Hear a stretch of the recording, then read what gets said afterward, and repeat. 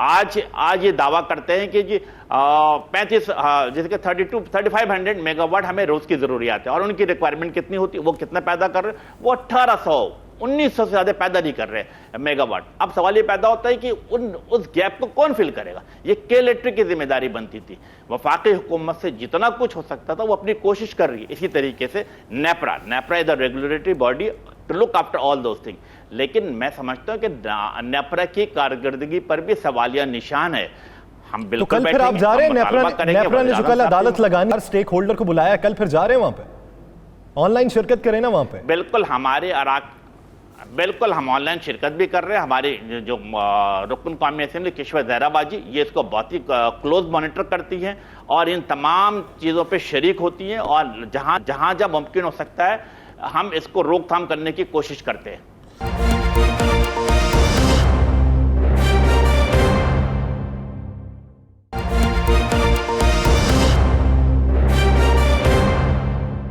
آنے والے دنوں میں پیپلز پارٹی اور مسلم لیگ نون بھی ایک APC بلا رہی ہے، کیا ایم کیو ایم اس میں بھی جائے گی؟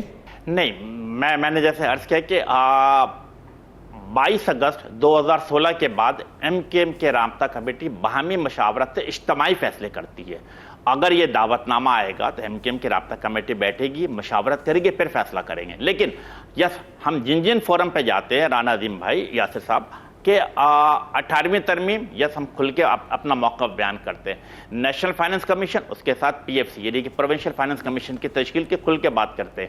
ہم آرٹیکل 140A کی بات کرتے ہیں کہ لوکل گورنمنٹ کو مضبوط کیا جائے۔ تو جہاں ہمیں اس فورم پہ بات کرنی ہوتی ہے، ہم کسی بلا خوف و خطر اس پہ گفتگو کرتے ہیں اور قائل کرنے کی کوشش کرتے ہیں۔ الحمدللہ میں سمجھتا ہوں کہ اب بڑے تعداد میں۔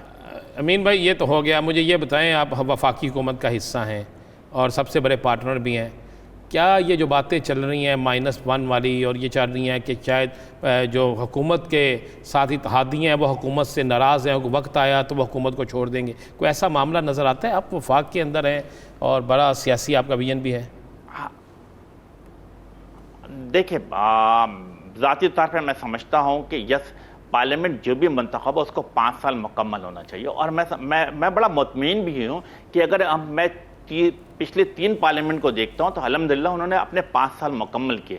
تو یس، پارلیمنٹ کی سپریمیسی جمہوری روایت کو قائم و دائم رکھنے کے لیے میں سمجھتا ہوں کہ پارلیمنٹ کو ہر صورت میں 5 سال مکمل کرنے چاہیے، اور اس کا فیصلہ کہ پارلیمان لیڈر کون ہوگا، میں سمجھتا ہوں کہ PTI کو سب سے زیادہ اکثریت ملی ہے، اس کے لوگ آپس میں فیصلہ کریں گے ان کا پارلیمانی لیڈر کون ہے۔ اتحادی ساتھ ہیں، سارے اعتماد حاصل ہے، اتحادی ساتھ ہیں۔ دیکھیں ایز فار از دیکھیں جہاں تک ایم کیو ایم کا کنسرن ہے، میں چونکہ ایم کیو ایم کے ایک ذمہ دار ہونے کے ناطے، ایک سیاسی ورکر ہونے کے ناطے، ہم نے چونکہ ایک ایگریمنٹ کیا، MOU سائن کیا ہے PTI کی حکومت کے ساتھ، تو ہم ان کے ساتھ کھڑے ہیں، کندھے سے کندھے ملا کر کھڑے ہیں۔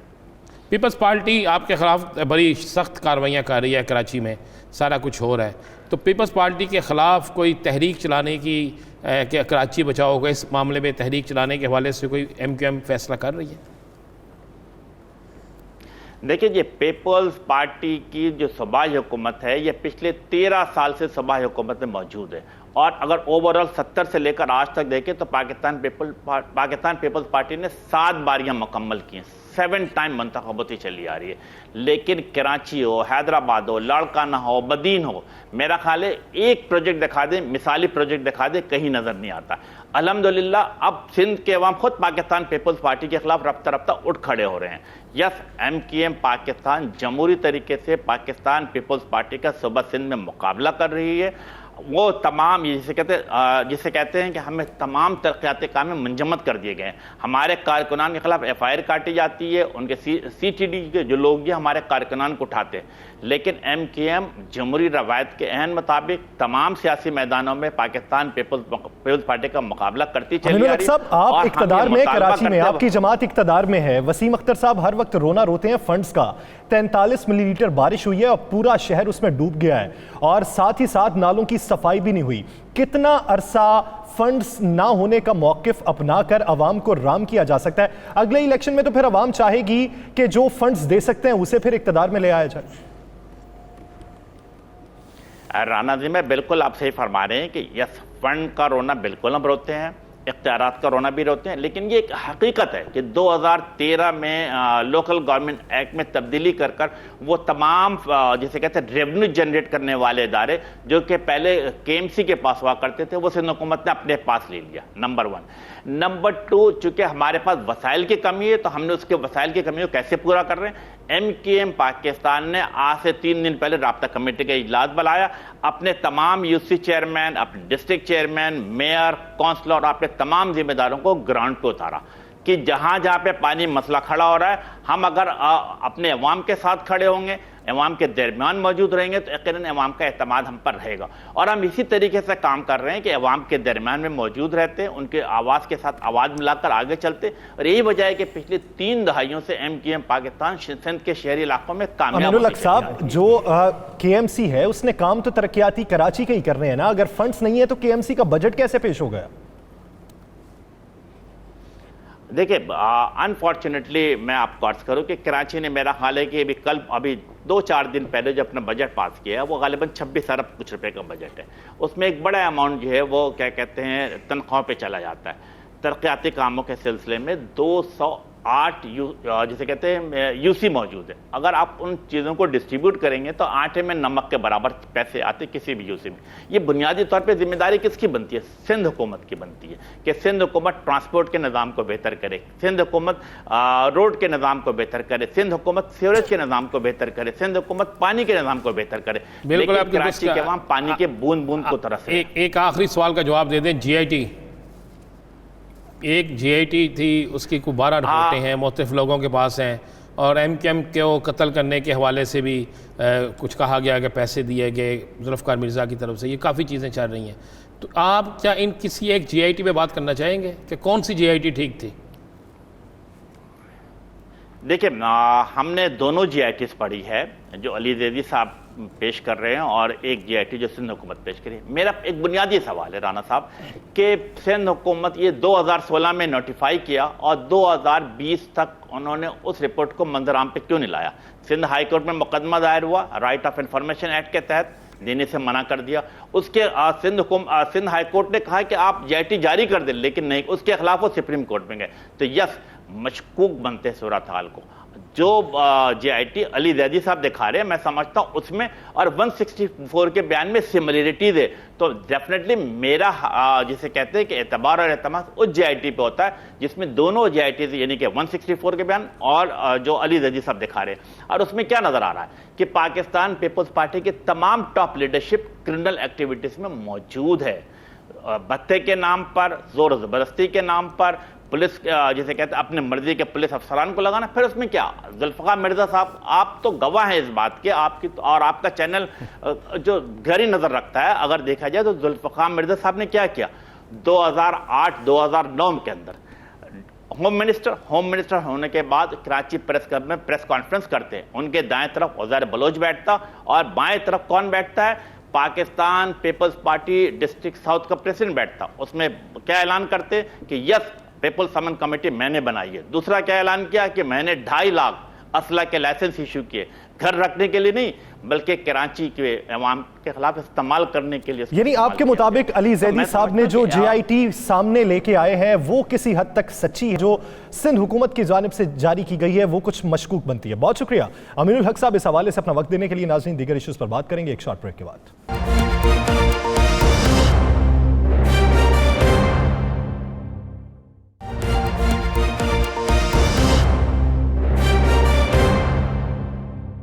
Welcome back. ناظرین، گندم کا بحران ہوا تو ہم بھی پریشان ہو گئے۔ ہوا یہ کہ ہم جس چیز میں خود کفیل تھے اب اسی چیز کو دوسرے ممالک سے منگوانے کا سوچ رہے ہیں۔ گندم کی قیمت حکومت نے 1400 روپے طے کی اور اوپن مارکیٹ میں وہ 1700، 1800 اور 1950 میں بک رہی ہے، جبکہ کسان کو کیا قیمت ادا کی گئی؟ کسی کو 1100، کسی کو 1200، کسی کو 1300، کسانوں کو تو 1400 روپے بھی نہیں ملا۔ اب ہم افسوس کریں، ندامت دکھائیں یا پھر ہم مر جائیں؟ کریں کیا؟ حکومت سے کوئی معاملہ بھی صحیح طریقے سے حل کیوں نہیں ہو رہا؟ عوام حکومت کے خلاف کیا اقدامات اٹھا سکتی ہے؟ حکومت نے اب تک کیا اقدامات اٹھائے ہیں؟ اسی پر بات کرنے کے لیے سینئر صحافی رانا عظیم صاحب ہمارے ساتھ موجود ہیں، بیورو چیف اسلام آباد سہیل اقبال بھٹی صاحب ہمارے ساتھ موجود ہیں، اور ماہر قانون اظہر صدیق صاحب نے ہمیں جوائن کیا ہے۔ رانا صاحب، افسوس نہیں ہوتا کہ ہم جس چیز میں خود کفیل ہیں، یعنی ہم دوسرے ممالک کو وہ چیزیں بھیجتے تھے اور ہمارے پاس وافر مقدار میں گندم موجود ہوتی تھی، اب نوبت یہ آن پڑی ہے کہ مس مینجمنٹ کی وجہ سے ہمیں وہ دوسرے ممالک سے منگوانی پڑ رہی؟ نہیں، مس مینجمنٹ نہ کہیں، دیکھیں آپ لفظ ہمیں درست کا مس مینجمنٹ نہیں ہے، مافیا کی وجہ سے، مافیا کو نوازنے کی وجہ سے، کچھ سرکاری حصہ رکھنے کی وجہ سے، یعنی آپ یہ کہہ رہے ہیں یہ مینجمنٹ کا حصہ ہے؟ بالکل حصہ ہے، یہ ہر دور میں ہوتا ہے۔ آپ مجھے ایک بات بتائیں، وقت سے پہلے گندم کی سپلائی کس نے کہا تھا؟ مجھے یہ بتائیں کہ گندم پاکستان میں موجود ہو اور آپ ایک طرف تو یہ احکامات جاری کر دیں کہ جناب گندم جو ہے یہ پنجاب سے یا سندھ سے یا فلاں سے باہر نہیں جائے گی، گندم جو ہے اس کی سمگلنگ نہیں ہوگی، اور پھر بآسانی تمام تر اقدامات کے باوجود بھی بآسانی آپ کی گندم جو ہے افغانستان میں بھی جا رہی ہے، آپ کی گندم جو ہے ان جگہوں پہ بھی جا رہی ہے کہ جہاں پہ آپ اس سے ڈبل پیسے ملتے ہیں، اور یہ گندم کوئی کسان لے کے نہیں جا رہا تھا، یہ گندم کوئی عام بندہ لے کے نہیں جا رہا تھا، یہ وہی مافیا لے کے جا رہا تھا جس کو اب دوبارہ نوازنے کے لیے اربوں روپے جو ہیں انہیں دیے جائیں گے، اور کہا جائے گا جناب کہ اب 247 کے 48 جتنے ڈالرز میں گندم آ رہی ہے وہ باہر سے منگوائی جائے گی، پھر جو یہاں پر موجود ہیں ان کے ساتھ کس طریقے سے سب کچھ کیا جائے گا، کتنے ارب روپے میں آپ کو بتا رہا ہوں کہ ایسے ہیں جو عوام کی جیب سے نکالے جائیں گے ٹیکس کی صورت میں، اور دیے کس کو جائیں گے؟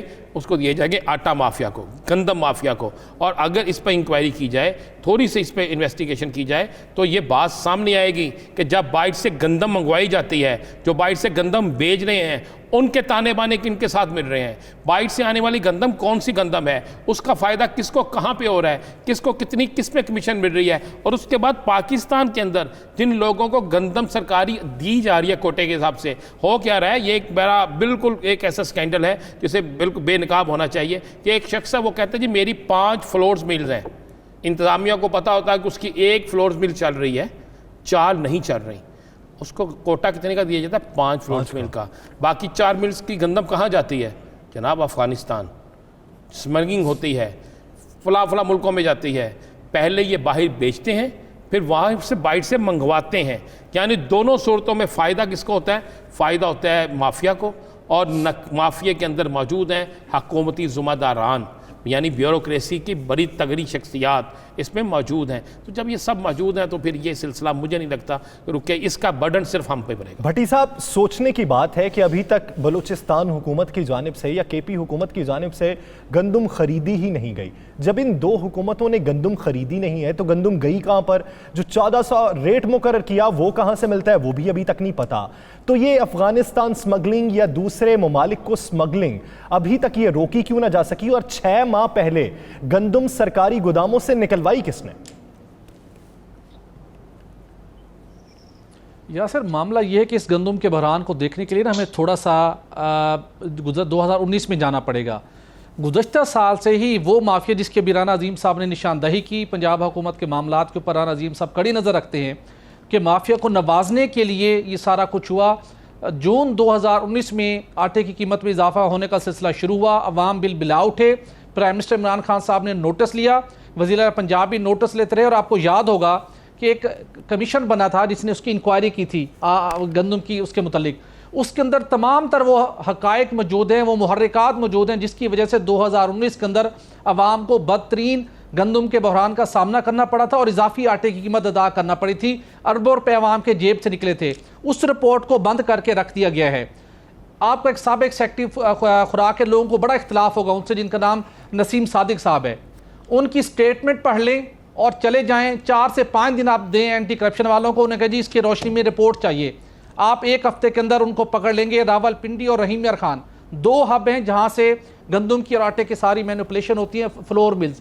مسابقتی کمیشن آف پاکستان نے اپنی رپورٹ میں وفاقی کابینہ کو بتایا کہ بوگس فلور ملز ہیں، نشاندہی کر دی ہے، کارروائی نہیں ہوئی۔ اب کہا گیا جی کہ گندم کی پیداوار رواں جو سیزن ہمارا ختم ہوا ہے اس میں کم ہوئی ہے، مان لیتے ہیں، بارشیں زیادہ ہوئی مان لیتے ہیں، لیکن اس کے باوجود بہتر مینجمنٹ کر کے گندم نئی فصل ختم ہو رہی ہے، فوراً بحران شروع ہو گیا ہے۔ وہ اس کو قابو کیا جا سکتا تھا، لیکن اگین رانا عظیم صاحب والی بات کہ مافیا کو نوازنے کی کوشش کی جا رہی ہے۔ لیکن بھٹی صاحب کون لوگ انجمن ہیں جو ان ذمہ کو دار نواز تو رہے یہ ہیں؟ کلیم عوام کرتی بل ہے کہ بلاتے رہے ہیں پیداوار ہم نے کم دو ہوئی بار نہیں۔ اب میں یاسر آپ کو بتاتا ہوں، ایک جہلم سے لے کے اٹک تک کے اندر بارشیں پوٹوہار کا ریجن ہے، بارشیں ہوئیں، تھوڑی سی گندم کی پیداوار متاثر ہوئی، لیکن اس کا پریشر پڑنا تھا دسمبر اور جنوری میں جا کر۔ ابھی نئی فصل آپ کے پاس موجود ہے، کرائسس شروع ہو گئے۔ یہ سرکاری دستاویز کی روشنی میں آپ کو بتا رہا ہوں، پرائم منسٹر عمران خان صاحب کو حفیظ شیخ صاحب نے رپورٹ پیش کی ہے، جس کی کاپی ایکسکلوسیولی دی لا اسٹار کے پاس کے موجود ہے۔ 24 جون کو انہوں نے بریفنگ دی ہے۔ انہوں نے بتایا کہ افغانستان دھڑا دھڑ سمگلنگ ہو رہی ہے۔ انہوں نے بتایا کہ حکومتی اقدامات کی وجہ سے گندم کا بحران پیدا ہوا ہے، آپ نے ایگریسولی پروکیورمنٹ کی ہے۔ اس سے آگے سن لیجئے، 1400 روپے سرکاری قیمت تھی، 50 روپے فی من پچھلے سال اس کی ٹرانسپورٹیشن، اس کو محفوظ کرنے کے اخراجات تھے۔ اب وہ 50 روپے سے بڑھ کے 175 روپے ہو گئے، عوام کے اوپر برڈن۔ 4 روز پہلے پرائم منسٹر نے نوٹس لیا ہے، وزیر اعلیٰ پنجاب بھی متحرک ہوئے، سرکاری ریٹ پر آٹے کا تھیلا ملے گا۔ 4 روز ہو گئے، آٹا 1 روپیہ بھی کسی نے کلو کو کم نہیں کیا۔ چکی کا آٹا 80 روپے فی کلو ہو چکا ہے، اور یہاں پر نوٹس لیے جا رہے ہیں۔ معاملہ یہ ہے، جو انکوائری کمیشن نے جو انکوائری کی تھی اس کے اندر تمام حقائق موجود ہیں، آپ ان کے اوپر ہاتھ ڈالنے کو تیار نہیں ہیں۔ عوام کی آنکھوں میں دھول جھونکنے کے لیے آپ نوٹس لیتے ہیں، ایکٹیو ہوتے ہیں، اور اس کے بعد خاموشی سے بیٹھ جاتے ہیں۔ بھٹی صاحب ایک بات بتا دیں، ریٹ کیا طے ہوگا؟ اگر تو درآمد کی جائے گی تو وہ تو پورٹ تک 1700 روپے سے زائد پہنچتی ہے، پھر آگے شہروں تک اگر اسے لے آنا ہے تو 100 روپے اضافی لگ جائے گا، یعنی وہ وہی 1900 یا 2000 روپے فی من ملے گی۔ یا رانا صاحب 2100 کہہ رہے ہیں، 2100 لگا لیں۔ مقامی طور پہ آپ نے ریٹ جو ڈکلیئر کیا ہوا ہے وہ 1400 ہے، تو پھر کون سا ریٹ بڑھائیں گے، کون سا ریٹ کم کریں گے، درمیانہ ریٹ کیا نکلے گا، یہ کون طے کرے گا؟ یاسر ایک بات آپ لکھ کے رکھ لیں، حفیظ شیخ صاحب کی رپورٹ کے مطابق 20 لاکھ ٹن گندم کی شارٹیج ہے۔ آپ 20 یا 25 لاکھ ٹن امپورٹ کر لیں، آٹے اور گندم کی قیمت کم نہیں ہوگی۔ آپ 2100 کی امپورٹڈ گندم کی بات کر رہے ہیں، اس وقت اوپن مارکیٹ میں پنجاب کی گندم جو ہے وہ 2300 روپے فی من بڑی مشکل مل رہی ہے۔ ہولڈنگز ہو چکی ہے مختلف جگہوں کے اوپر، اور لوگ اس کے اوپر مینوپولیٹ کر کے پیسہ کما رہے ہیں، اس لیے کہ اداروں کا لوگوں میں خوف نہیں رہا۔ وہ لوگ جنہوں نے کارروائی کروانی تھی، کہیں نہ کہیں الیجڈلی وہی سپورٹ کرتے ہوئے آپ کو ملیں گے۔ سب لوگ اس کا پیسہ بنا رہے ہیں۔ مسئلہ یہ ہے کہ جب آپ ریٹ قائم کریں، اگریسولی کارروائی کریں، جو گندم یہاں ہولڈنگ کی گئی، جو ایک ہائپ کریٹ کر کے اس کے لوگ اوور پروفٹنگ کر رہے ہیں، ان کے اوپر ہاتھ ڈالیں، قیمت نیچے آ جائے گی۔ 2100 تو امپورٹڈ گندم ہوگی نا۔ اس وقت اوپن مارکیٹ میں پنجاب میں گندم 2300 روپے فی من مل رہی ہے۔ اس کے آگے تھوڑا سا ایک اور مسئلہ سن لیں، ای سی نے منظوری دے دی کہ پرائیویٹ سیکٹر کو کھلی چھوٹ ہے کہ امپورٹ کرے، تمام ٹیکسز ختم۔ 1 ماہ قبل منظوری دی، ملک میں بحران ہے، رپورٹیں پرائم منسٹر کو جا رہی ہیں تمام اداروں کی طرف سے، لیکن اس کا نوٹیفکیشن ٹیکس ختم کرنے کا 1 روز قبل ہوا ہے۔ 1 مہینہ پورا آپ نے اس طریقے سے گزار دیا۔ اب آپ ہاتھ پہ ہاتھ رکھ کے بیٹھیں گے کہ پرائیویٹ سیکٹر امپورٹ کر کے لائے گا۔ یہ پہلی دفعہ ملک کی تاریخ کے اندر ہوا ہے کہ جو وہ سرکاری گوداموں سے وہ گندم جو دسمبر 2020 میں نکلنی تھی، وہ اس گندم کا اخراج جولائی 2020 میں کر دیا گیا ہے۔ تو آنے والے دنوں میں بہت وسط صورتحال ہوگی، کوئی توجہ نہیں دے رہا، نوٹس لے کے رپورٹ طلب کر دی جاتی ہے، صرف نوٹس لیے جا رہے ہیں، توجہ کوئی نہیں ہے، بنے گا کیا یہ تو پتہ نہیں ہے۔ اظہر صدیق صاحب آپ بخوبی جانتے ہیں کہ جو مقامی پیداوار ہو اور ہم اس میں خود کفیل ہوں اور باہر سے نہ منگوائی جائے وہ چیز، اس کا ریٹ بنیادی طور پر کم ہوتا ہے، لیکن اگر کوئی چیز مقامی پیداوار بھی ہو اور باہر سے بھی منگوائی جائے تو اس کا ریٹ بڑھ جاتا ہے، بیوپاری جو مقامی بیوپاری ہے اس کو بھی اس کا فائدہ ہوتا ہے۔ اب گندم تو ہے 1400 روپے، مقامی جو کسان ہیں ان سے خرید لی حکومت نے، یہ اناؤنس 1400 ہے، یہ 11, 12, 1300 میں خریدی گئی ہے، لیکن باہر سے منگوائیں گے وہ 2000 ہے، تو مقامی بیوپاری کو تو نقصان ہوا۔ اب میں نے بیجی اور اس کے بعد حکومت کو وہ فروخت کر دی، میں نے ہی دوبارہ خریدنی، مجھے 2000 میں خریدنی پڑ رہی ہے، قانونی راستہ کیا ہے میرے پاس؟ بہت شکریہ یاسر۔ گندم چوہوں پہ کھانے کے بعد سندھ کے حوالے سے وہ بات نہیں کرنا چاہ رہا۔ جو پیچھے بحران پیدا ہوا وہ ہر ایک کو پتا ہے کہ گندم جو ہے وہ مکئی والوں کو، یعنی مکئی کی جگہ استعمال ہوئی، پولٹری فیڈ والے لے گئے اور وہ علیحدہ بیچ گئے۔ گوشت گندم کے حوالے سے ساری چیزیں آ گئیں کہ فلور ملے گوشت ہے، لیکن کمال کی بات ہے کہ استان بزدار، میرا جانتا خیال ہے پنجاب کی حکومتوں میں ناکام ترین حکومت ہے کہ جو ویسے تو یعنی ایک گاؤں سے اٹھ کے آئے، آج بابو بن گئے ہیں، لیکن وہ بابو میں وہ کوالٹی آ نہیں سکی ہیں۔ انہیں ٹائی لگانا شاید آ نہیں سکا، یا پینٹ کوٹ پہنا نہیں، نہ ہی وہ سیکھ سکے کہ بیوروکریسی کو کنٹرول کیسے کرنا ہے, مافیاز کو کیسے کنٹرول کرنا ہے. ہمارے ہاں یہ دیکھیں, ذرا بات کو سمجھنا ہے, یہاں پر ہوڈنگ ہو چکی ہے, اور یعنی آپ کوئی مشکل کام نہیں ہے, کہاں کہاں کس کس طرح ہوڈنگ ہوئی ہے. آپ نے نیا قانون بنایا آپ نے اسمگلنگ روکنے کے لیے, لیکن آپ نے اس کا نفاذ کیا دیکھتا ہے. ایک دن سنا ہم نے ٹائیگر فورس آئی ہے, ٹائیگر فورس نے پتہ نہیں کیا کیا کر لیا ہے, یعنی کیا چیزیں برآمدگی کر لی ہیں. جو آپ کی اپنی مشینری موجود ہے, اس مشینری کو آپ نے ایکٹیویٹ کہاں کیا ہے؟ آپ نہیں کر سکے. اور اس کی بنیادی وجہ صرف یہی ہے کہ یہ ہوڈنگ رکھ کے کمانا کیا ہے کہ یہ ہم تو کہہ رہے تھے کہ امپورٹ کی ضرورت نہیں ہے, اور یہ حقیقت ہے کہ آپ کے پاس لوکل پیداوار اتنی زیادہ ہے, آپ کو امپورٹڈ کی ضرورت نہیں ہے. جان بوجھ کے ہوڈ کر لیا ہے تاکہ امپورٹڈ, دیکھیں نا, اگر آپ نے 1400 میں خرید کی ہے تو 2100 روپے کی جب امپورٹڈ آئے گی, جب 2300 میں یا 2400 میں بکے گی, تو لوکل جو بیٹھے ہوئے لوگ ہیں وہ 1400 یا 1500 میں اٹھا کر وہ بیچیں گے 2400 یا 2500 میں. اتنا زبردست منافع کہاں سے ملے گا آپ کو؟ تو لوکل کسان کو تو فائدہ نہیں نہ ہوا, یہ تو پھر مافیا وہی ہے جو حکومت کے ساتھ ملا ہوا تھا. میں اظہر صدیق صاحب یہ پوچھنا چاہ رہا ہوں کہ ایک کسان کے پاس جو اس کی پیداوار کرتا ہے, دیکھ بھال کرتا ہے, اور حکومت کو آنے پونے داموں وہ بیچ دیتا ہے, اس کے پاس قانونی رستہ کیا ہے؟ دیکھیں, اب وہ مجبوری ہے کہ گندم آپ جب گورنمنٹ خریدے گی, آپ پابند ہیں ان کے گندم گورنمنٹ کو دیکھنے کے لیے. آپ نے فری مارکیٹ کی نہیں, اور فری مارکیٹ دیکھیں اسینشل کموڈٹی نا, اسینشل کموڈٹی کا کنٹرول گورنمنٹ نے اپنے پاس رکھا ہے تاکہ لوگوں تک آ سکے. لیکن یہ حالات ایسے لگائے جا رہا ہے کہ جس طرح آنے والے دنوں میں یہاں کوئی دوبارہ راشن ڈپو بنیں گے, گندم ڈپو بنیں گے. آپ نے اس قانون اظہر صدیق صاحب, میں نے اس دن آپ کے کیس میں سنا, میں عدالت میں موجود تھا, باقی چیزیں تو چلے ہو گئیں, شاید کسی کو ان چیزوں کی اتنی زیادہ ضرورت نہیں. روٹی تو ایک ایسی چیز ہے جو ہر گھر میں پکنی ہے, چاہے کسی کو آدھی ملے چاہے کسی کو پوری ملے. اس گندم پہ کیا کوئی کمیشن نہیں بننا چاہیے؟ کیا اب سب سے پہلے حکومت کو اس گندم پہ ہونا چاہیے؟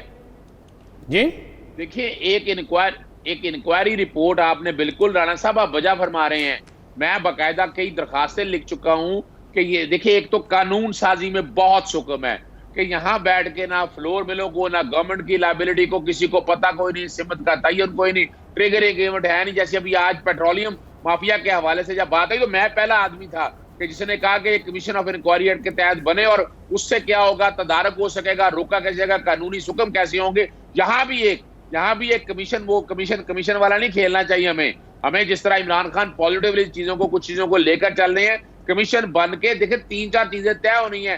کوئی دنیا, یعنی ہم نے دیکھیں زراعت کو بہتر کرنے کے لیے کیا کیا, ہم نے زراعت کے بیچ پر کوئی توجہ دی, ہم نے اپنی ایگریکلچر پروڈیوس کے حوالے سے کیا ماڈرنائزیشن, ہم نے کیا اس کی پروڈکشن کو بڑھانے کے لیے, جیلڈ کو بڑھانے کے لیے کوئی کام کیے, کیا ہم نے لیول, یعنی جو زمینیں ہیں لیول کرنے کے لیے انڈیا کی طرف پر آپ دیکھیں تو صحیح کہ انڈیا کے اندر گورنمنٹ نے کیا کیا کام کر کے اپنے, اور کمپیریزن دیکھ لیجئے گا, چاول کی کاشت دیکھ لیں, وہاں گندم کی کاشت دیکھ لیں, تو یہاں سب, یعنی اگر آپ صرف اسی ایگریکلچر کے اوپر, زمینوں کے اوپر اگر توجہ دے کر آپ ایسا ایک میکانزم بنا دیں, آپ کی پیداوار اتنی بڑھ جائے گی, آپ ایکسپورٹ کر سکیں گے. یعنی ہم جس میں خود کفیل تھے اور ماضی سے لے کے اب تک ہیں بھی, ہم انہی طریقہ کار کو مضبوط کر لیں, قانونی سکم جہاں پر ہیں وہ انہیں ختم کر, ہم خود کفالت میں پھر سے بحال ہو سکتے ہیں. جہاں سے پیسہ کمایا جا سکتا ہے وہاں سے تو کما سکتے ہیں, لیکن یہ مافیا نے ہمیں وہاں پر ہی پکڑ کر مارا, اور ہم وہیں پر بھی مار کھا رہے ہیں کہ جہاں پر ہم خود کفیل تھے, اور اسی شعبے میں ہمیں اس مافیا کے ہاتھوں اس طرح کی شکست ہو رہی ہے کہ دوسرے ممالک سے چیزیں منگوا کر ہم اسے استعمال کرنے پر مجبور ہیں. بہت شکریہ اظہر صدیق صاحب اور بیورو چیف اسلام آباد سہیل اقبال بھٹی صاحب اس حوالے سے اپنا وقت دینے کے لیے. ناظرین, دیگر ایشوز پر بات ایک شارٹ بریک کے بعد.